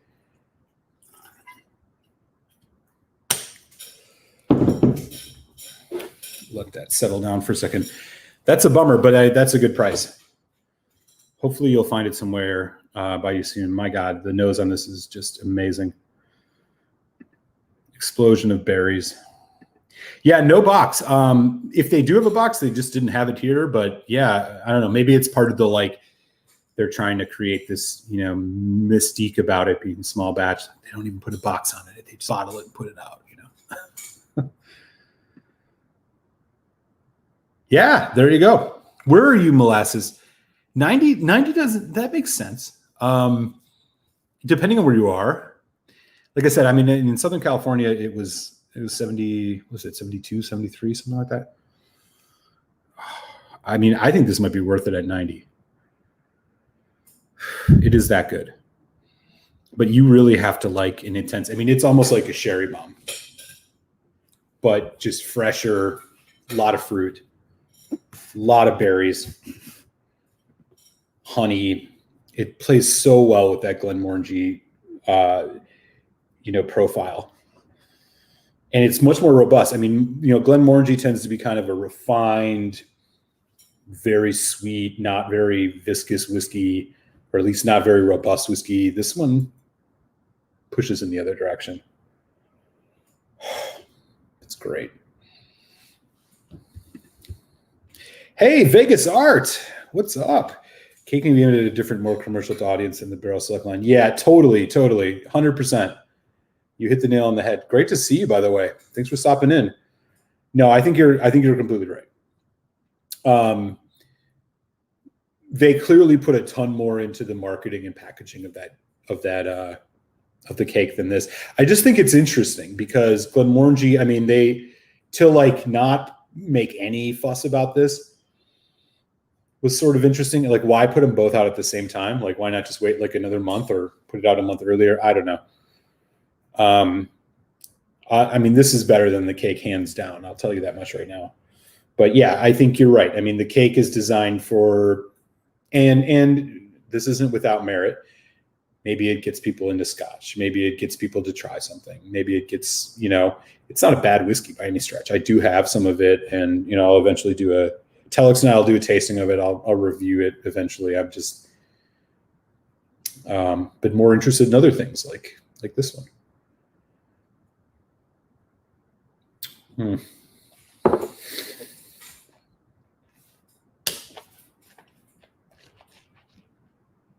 Is killer. Absolutely killer.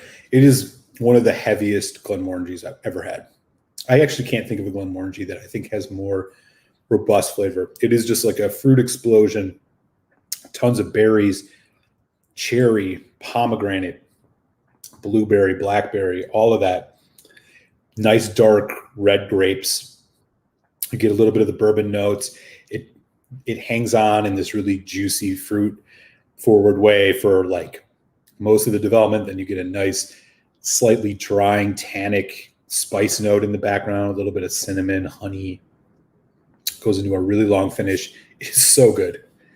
It's a dessert whiskey. It's definitely would be really great with, a piece of cake. Hello, Glenmorangie.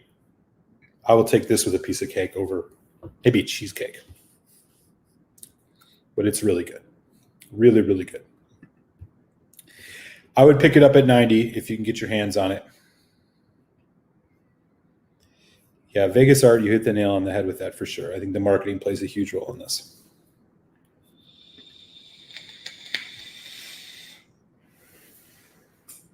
$146, the box of 6 or 8. Ooh, I'm not sure. Are you talking about the Lagavulin?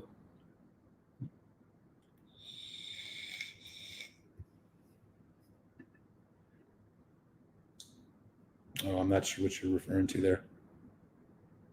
145. Yeah, right. Yeah, exactly.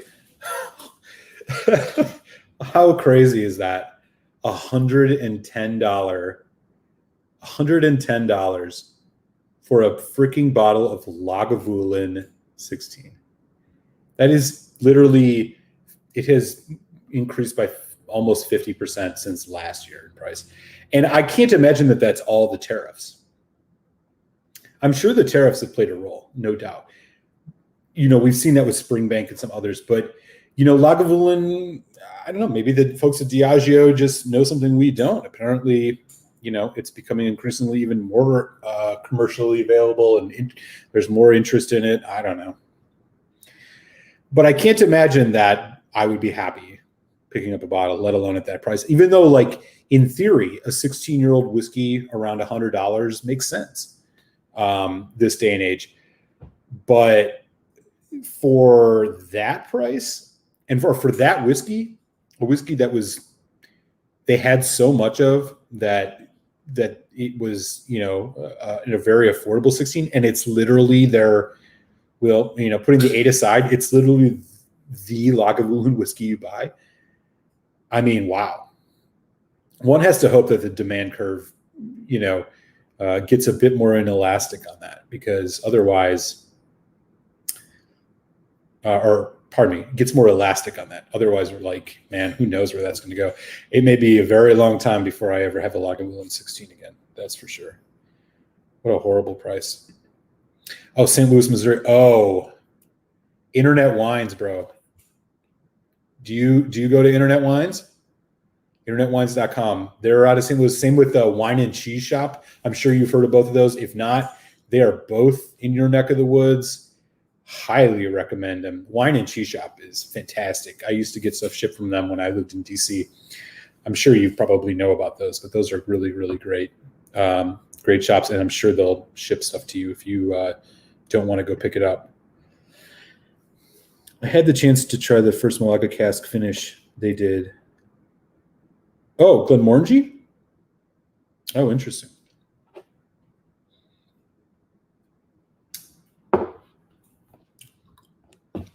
Pardon me just a moment, y'all.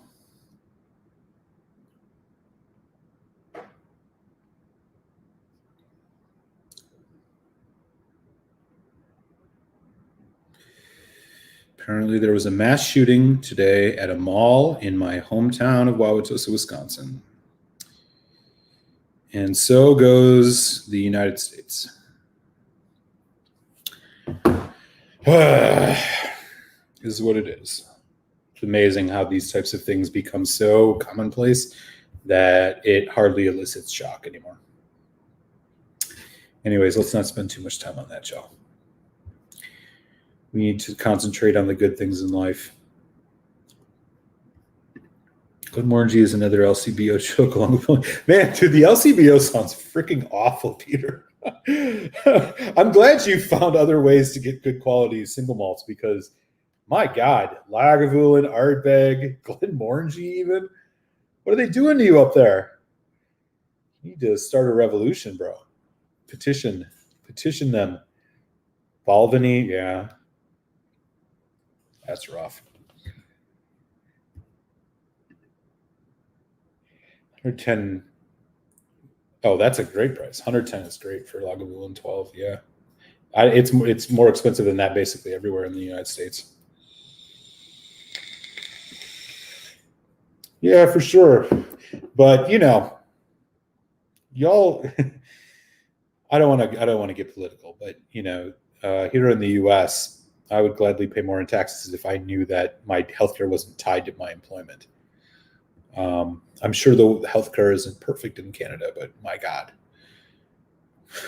I'll just say this to my Canadian friends. Come live in the United States for a little while and try to go see a doctor. It's insurance companies. Dude, you want to talk about bureaucracy? It exists in the private sector as well, and in spades when it comes to the health insurance industry here in the United States. You literally, and I mean this very literally, there are tens of millions of Americans who, given the choice between seeking adequate health care when needed, is a question you have to literally ask yourself whether or not you can afford to do it, and whether or not you are putting yourself in a position in which you will be in debt the rest of your life to a health insurance company. Call it, say what you will about that. Healthcare in America is great if you can afford it, but most people can't. And your health insurance is tied to your employment. So if you lose a job or want to get a new job or get laid off, don't get sick. Because if you do, you're going to the emergency room, and guess what that bill's going to do? And it's going to destroy your credit, and you're not going to be able to pay it, and it's going to jack up healthcare costs even more for everybody else because you can't afford to pay it. You're screwed. So, I totally get it. The Canadian situation around taxation is significant. But in at least one respect, my understanding is that you're getting something for that. And it's the peace of mind and security that comes with knowing that your health is something that you can, even if you have to wait a little while for it, is something that you can take care of and you can see professionals for and be treated the way you need to be treated without the fear of having to mortgage your house. It's the number one cause in the United States of bankruptcy is healthcare bills. So take that for what it's worth.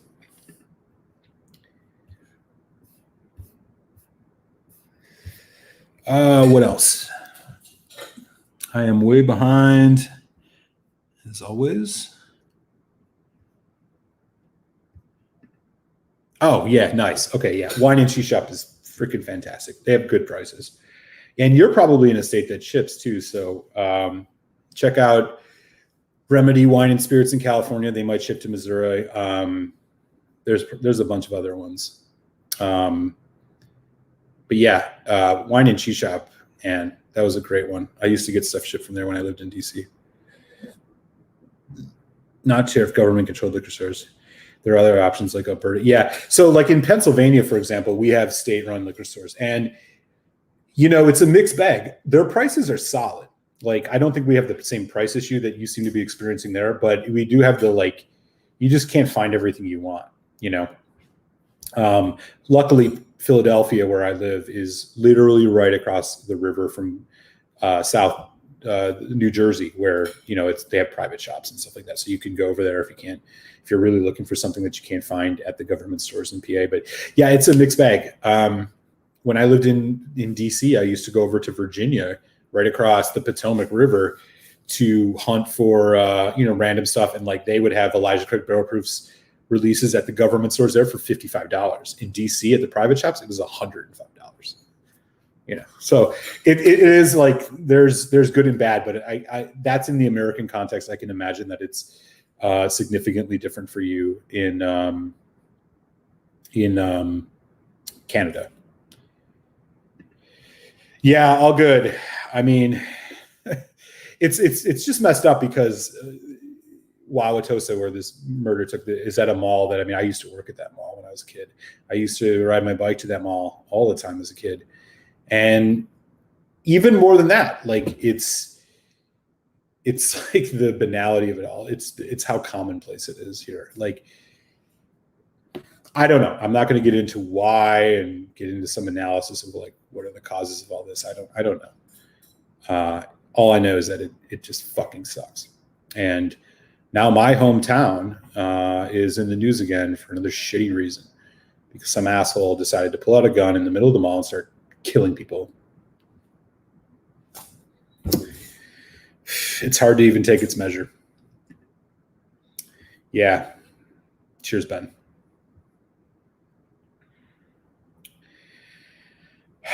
So it goes. Yeah, right. I know, right? Even in the Pennsylvania liquor shops, man. Fuck. It's crazy. Who's paying these prices? I don't know. Define it. Yeah, no, I'm not gonna go political. It just is what it is. Life is political, whether you like it or not. Sometimes it just has to come out.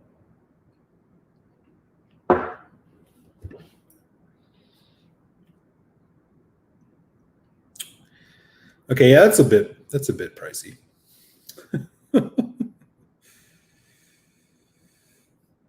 That's a bit pricey. No doubt.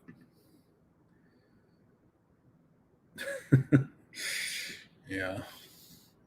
Hey, take care, man. Greg, thanks for hanging out. Always great to see you. If folks have yet to, take a second, open up a new tab in your browser, go subscribe to Greg's Whiskey Guide. He does a lot of great reviews, super cool guy. Let's support each other. Show him some love. Jason Fisk, people still need to own their own health, better decisions regarding food and lifestyle. Yeah, real talk, man, totally. Back to the whiskey. As always, my friend, let's stick with it. My personal point of view is the majority of Americans figure that Biden would be worse, just a different perspective. Yeah, who knows? I mean, it's not even over yet. I mean, yeah. Regardless of what side you're on, quote unquote, in the U.S. political debate, the fact that our institutions and social cohesion is at a all-time low is an uncontroversial statement, regardless of your political affiliation.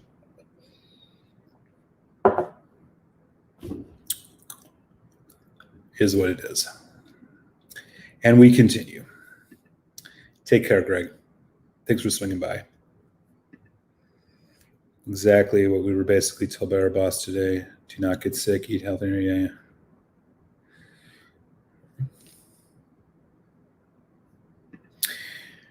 I'll vote for someone who doesn't want to leave exactly. Yeah. Right on. Yeah, I hear y'all. Totally hear y'all. Thanks everybody for sharing your opinions. This is an open space for people to talk about stuff, but we're not going to make it a political show. I deal with enough of that, and we all deal with enough of that in our daily lives. Let's be real. This is about the things that connect us, not the things that divide us. So, in a world of increasing stratification, it's probably better to keep our focus as much as we can on the things that we enjoy and find the common humanity and connection between all of us, and not the pettiness, which too often plays so rough in this world, especially in the social media age. Anyways, we continue. Everybody's saying goodnight to our good friend Greg over in Paris. Good deal. Hey, there you go. Winner, winner, man. I know what you're doing tomorrow. Pick it up. Pick it up. Take care, Emily. Enjoy your nice, balmy Florida weekend. Always great to have you here. Appreciate all your support. Enjoy your Thanksgiving. Catch you probably not next week, but in 2 weeks if you are able to swing by. So happy to be a Canadian. Don't blame you. Goodbye to Agent Orange. You people are funny. All right, y'all. Hey, man, it's all good, man. It is what it is. Looks like the Swami Swab is going to be streaming in about 20 minutes. Folks who want to listen to him wax poetic about politics with no filter, he's the guy to go talk to. In the meantime, I'm going to sip the rest of this Lagavulin. And here we are closing out 2020. I mean, we're getting damn close, right? I mean, there's 1 month left. I would love to hear, because to be completely honest, this is a question I've been thinking quite a bit about. Had a lot of different whiskeys this year, right? All of us are at different places in our journey. We've all had the opportunity to probably try new stuff that we hadn't had before, or we revisited things and rediscovered them for the first time. What are some of the whiskeys that y'all had this year that, the ones that you're going to remember, the ones that you're going to look for again, the ones that you're telling your friends about? I'd love to hear it, folks, because, all of us like to enjoy a single malt every now and then, or a bourbon or Irish. And we've probably all had some good ones. And the more we can share those experiences with everybody else, the more we can spread the love, and everybody can find those opportunities to have those moments as well. I will share a couple of mine just to get us started. And, I'll be doing a top 5 whiskey review eventually this year, and probably some of these whiskeys I'm about to mention will be on there. But there were a couple that I had this year that were really just fantastic. One of them was the Deanston 9-year-old Bordeaux Cask 2008. It came, so it was released, I think, in just a couple 2 years ago. It's a cask strength, first fill, completely matured in red wine Bordeaux casks. I'm not going to pretend like I know a lot about red wine Bordeaux cask, but it's a freaking red wine cask, and it was an absolute stunner. I can't say enough about it. It was sub $70, which is another thing that blew my mind. Really, really good whiskey. It was a total, just, in a sense, kind of like a sherry bomb. Highly, highly recommend it. If anybody can still find it. It is not a whiskey that is, I think, super easy to come across anymore, but you might be able to. A couple others, Springbank 15. I know there's a lot of batch variation. I was able to find a whole bunch of 16-year-old or 2016 releases and grabbed a whole bunch. Amazing. Springbank is a really expensive whiskey, so I have really hovered in that 10-year-old and 12-year-old cask strength range because the 18 is like almost $200. But I found these 15s for $99. I grabbed a bunch. They're now like upwards of 150. Stellar whiskey. In fact, I think I just popped a review not too long ago. If you want to check it out, absolutely stellar. I love it. It could be the whiskey of the year for me. Couple others that I had that I thought were really, really good. Glengoyne Teapot Dram Batch 7. I am not going to put that in my top 5, mostly because A, I haven't reviewed it, and B, it's so exclusive and difficult to find that it's like, I'm not going to just, go crazy and tell people to hunt down a whiskey that they can't actually get. But it is freaking amazing. By far the best Glengoyne I've had.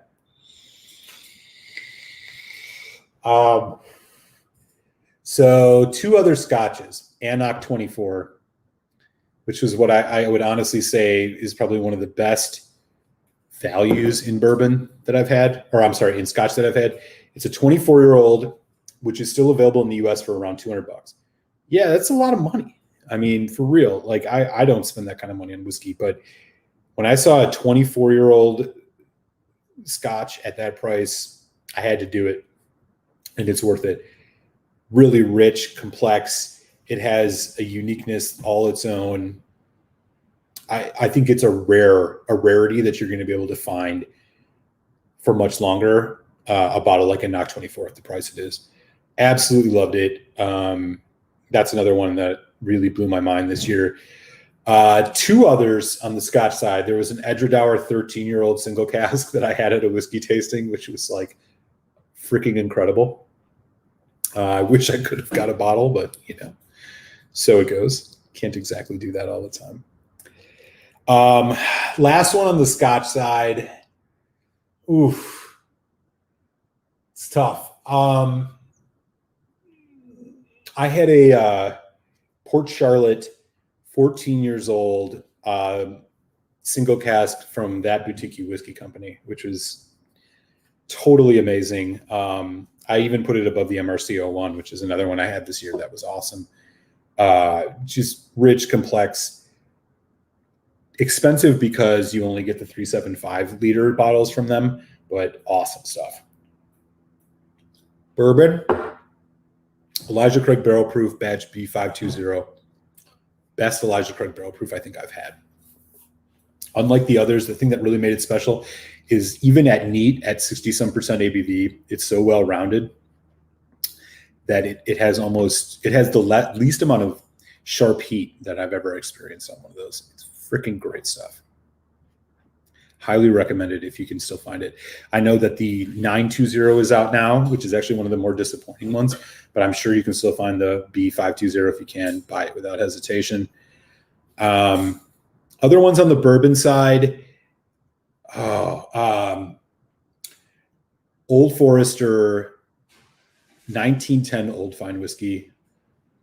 One of the best bottle to glass sippers neat that I've ever had. Their entire Whiskey Row series, they have 4 of them. There's like the 1870, the 1878. There's the 1910 and the 1920.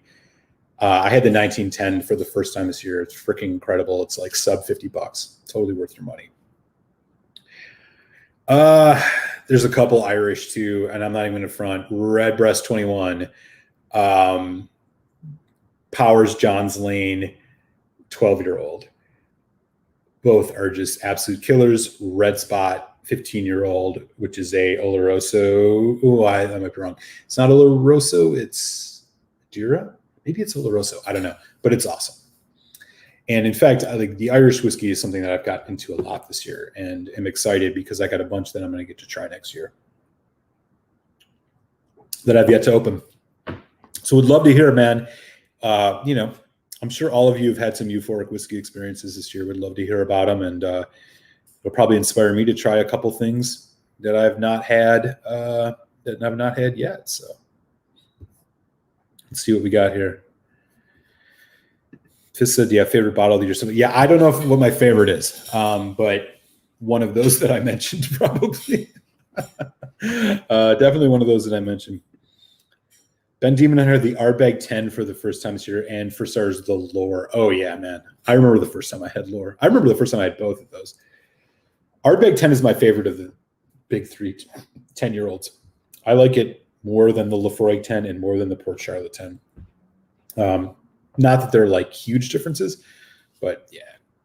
And Lore, a lot of hate on the Lore. I never understood why. I know it's NAS, but that whiskey is freaking killer. Last whiskey I had, or I drank way back in April, which was, I might have missed it, bro. Swami said Glengoyne 18. That's an interesting one. If I'm not mistaken, last year your whiskey of the year was the Enoch 18, right? How would you compare those two? Peter White, Aaron 18 Sherry Cask, Tamdu 15. All right. Yeah, I have tasted the Tamdu 15, that Aaron Sherry Cask. I gotta look at it. I really like what's coming out of Aaron. I have had that quarter cask the Bothy, which I just think is stellar and very unique. So tropical for a heavily peated Scotch and an NAS for that matter. Those are some good ones. Yeah, I'm definitely looking for that Tamdu 15. That's something I can pick up eventually. Molasses 2020 pick, Glen Scotia 1420. Nice. Man, dude, I hear you on that. Whiskey Pilgrim sent me a sample of that over from Sweden, and it was freaking great. I loved that sample. I wish I could find a bottle of that. I love Glen Scotia's stuff. The 15 was my whiskey of the year last year, and yeah, that's a great pick, man. I'm still on the hunt for that if I can ever find it. That's a great dram. Peter White says, if you like the Deanson 2008, you'd go bonkers over the 10px cast strength. Oh, my God. I can only imagine. The thing about Deanson and what I've really starting to appreciate, that's a distillery I didn't know much about before this year. But, my God, they put out so many unique wine cask finishes or sherry cask finishes, and they're all at cask strength, and they're all sub $80, $90. Man, those are fantastic. I can only imagine. I got to keep my eyes out for that. Yeah, that's a good one, man. Thank you. I'll definitely keep checking around for that one for sure. Looks like Jason Fisk is sitting on some of those right now. Nice. Mike Myers in the house. What's up, Mike? How you doing? Thanks for stopping by. All right, y'all.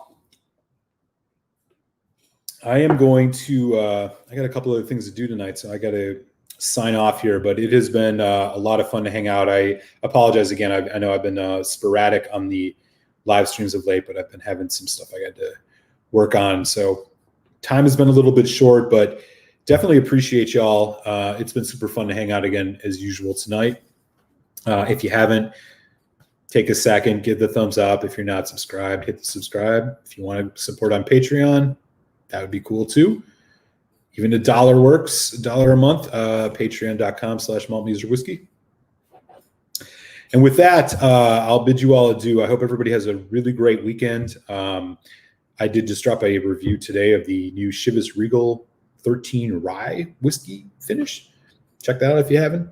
And I hope everybody has a blessed Thanksgiving if you're in the United States. We will not, Telex and I's show won't be going on Tuesday, but we'll be back the week after to continue doing the happy hour and the Telex and Malt Tasty Tuesday show. So until then, everybody stay well. Wear a mask. I know this COVID shit is getting out of hand, especially here in the United States. So take care of yourselves, be well, and raise a glass to everybody, man. Much love.